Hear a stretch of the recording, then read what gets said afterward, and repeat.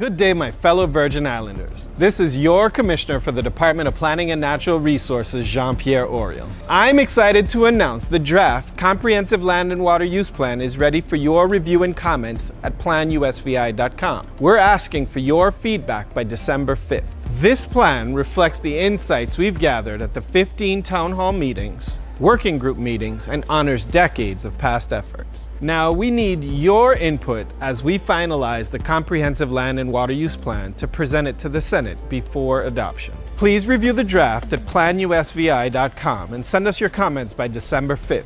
Together, let's create a sustainable future for our beautiful Virgin Islands. Thank you for your support and participation.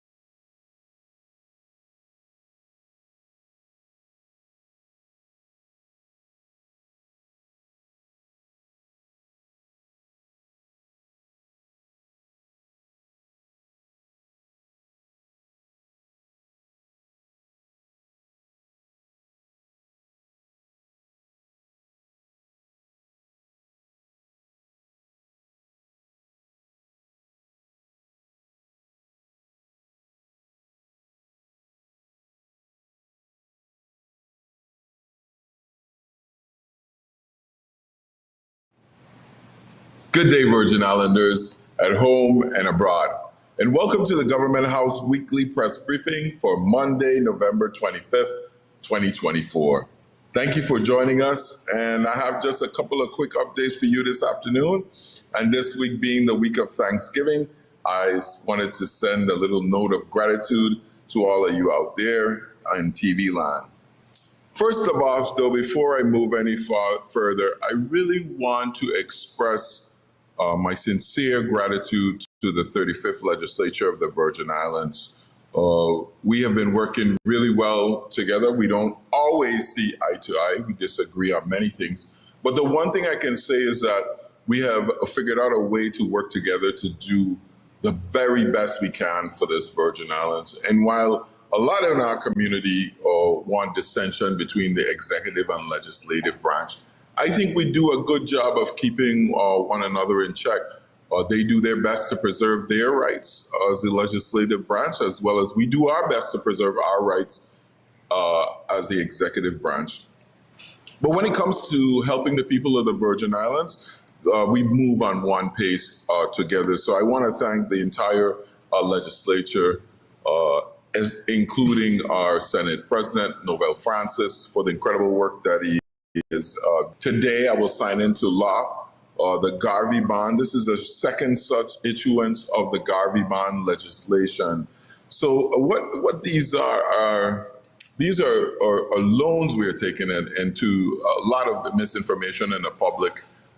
These are backed by our federal rulers. So every year we get about $18 million from the federal government to do transportation highway projects.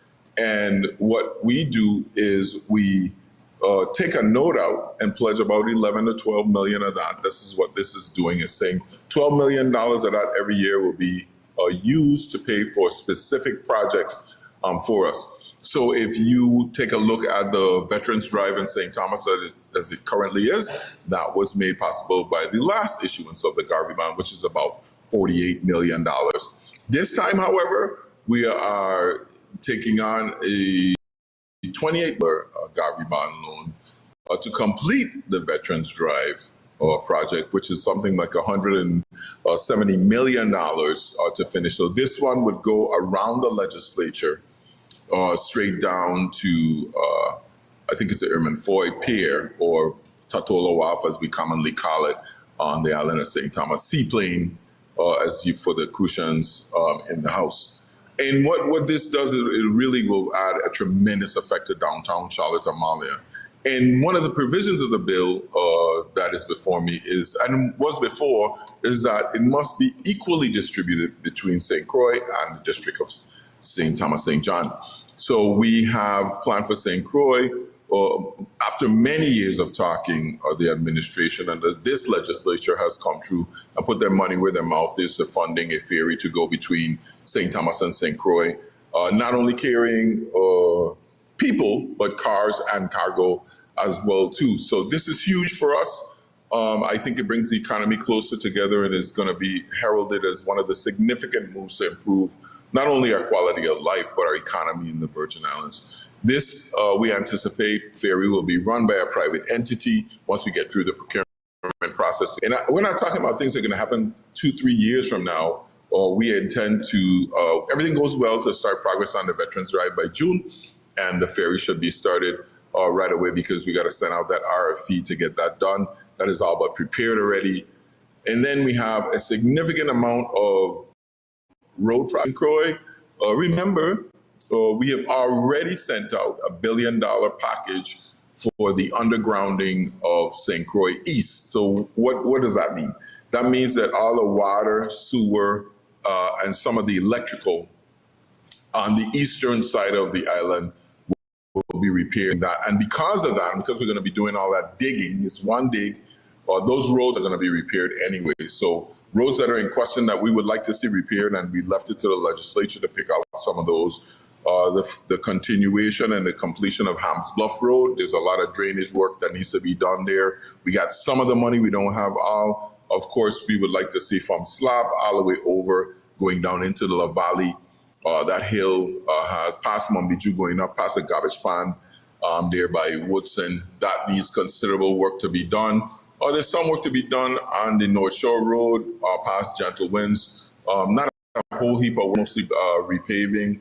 And of course, scenic view east, right up there in Claremont above Salt River. That road has really been damaged during the storm. We need to replace that one as well. That would connect to the road going back down to La Valley. So a lot of work there. We also have the opportunity now, a little known, we already initiated the planning process for the bike path on St. Croix on the South Shore. There was about $500,000 dedicated to do that. We did that earlier in the administration. And now possibly we could be seeing the completion of the bike path and the resurfacing of the South Shore St. Croix Road as well as one of the projects that we do. So lots of good stuff coming up in there. The legislature also sent in appropriation to repave the entire airport road in St. Croix. So that's from the East Airport Road Junction on the highway all the way up to the west, down to the West Airport Road Junction, all of that to be repaired too. That's something that people have been making their concerns heard about for a while. So there are a lot of critical transportation projects in that, and we're going to sign that into law and issue about $156 million worth of grants. Some significant part of that, $56 million, is for the repayment of some Garvey bonds we have out already. So in total, it'll be about $156 million and about $100 million in actual. Probably looking forward to that, and really want to say again, this is what happens when Democrats work together for the betterment of the Virgin Islands. As though I'm willing to work with anyone in the legislature, I'm extremely proud of the finance chair, who is our fellow Democrat, Donna Fred Gregory, and as well as our Democratic-led president, Nobel Francis. So much kudos to the 35th legislature for their work there. Looking forward to working with the new legislature to make sure that we get things done in the 36th. In other good news, it's Thanksgiving time, so that means it's Paradise Jam time in the Virgin Islands. So we want to welcome back the Paradise Jam crew. It's our 25th Jam anniversary in the Virgin Islands. So we've been doing this for a while. We got great teams down there. We want to say congratulations to Nels Hawkinson and his team. They've been doing this for a long time. We've been through hurricanes, we've COVID, and we're still here. So this is Division 1 and Division men's and women's basketball tournament. Every year we do this big ups to the Department of Tourism and Calvert White over there at Parks and Recreation for making sure that it happened at 22nd. And we've been having a lot of different challenges. Tonight we are on there for the championship for the men's, and then the women's begins on Thursday. So come out and come to the tournament. We'd love to see you there. It's not an expensive thing. It's great to take the kids out there.